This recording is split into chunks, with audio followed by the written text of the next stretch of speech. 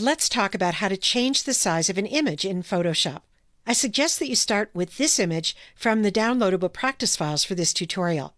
I'd like to set the size of this image so that it's a good fit for posting to a particular website, where I happen to know that the ideal image size is 900 pixels wide. Before we resize this image, let's check how big it is to start with.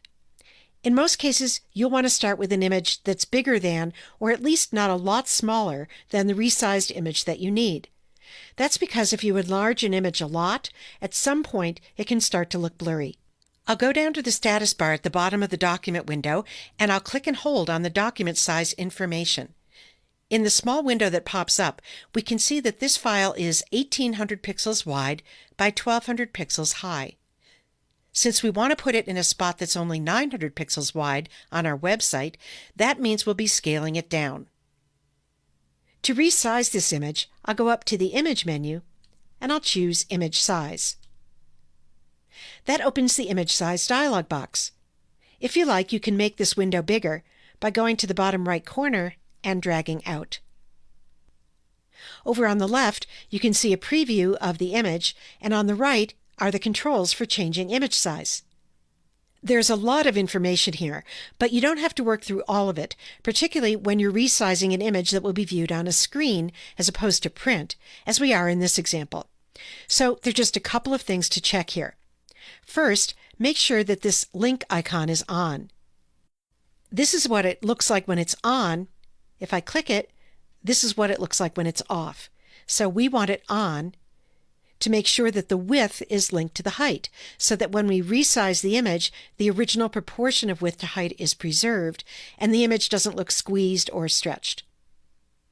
Second, make sure that there's a check mark in this box, the Resample box.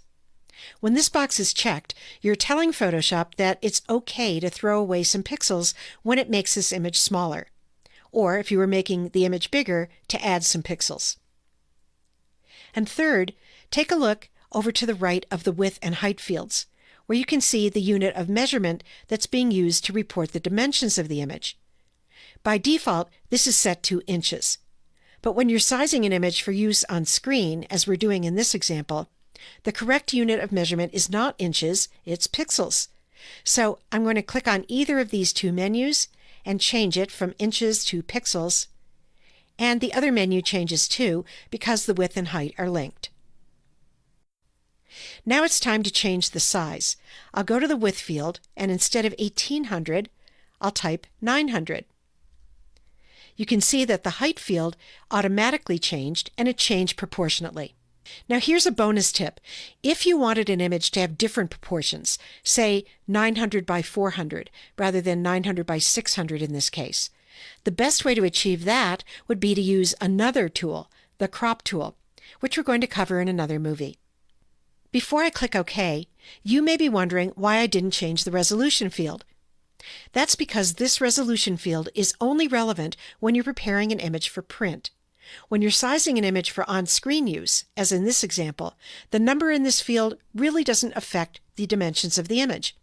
So you can leave it set to whatever it happens to be.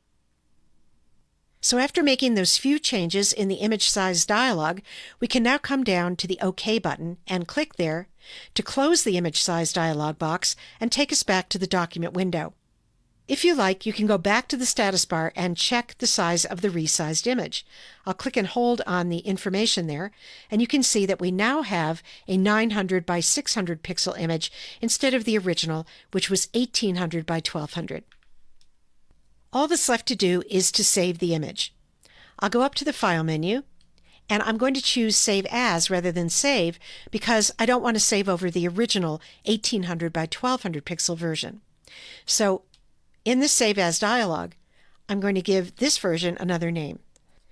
You can type anything you want here. I'm going to type Web for my web-sized version of the file. I'll leave everything else as it was, and I'll click Save. I'll click OK in the JPEG Options window, and now we're done.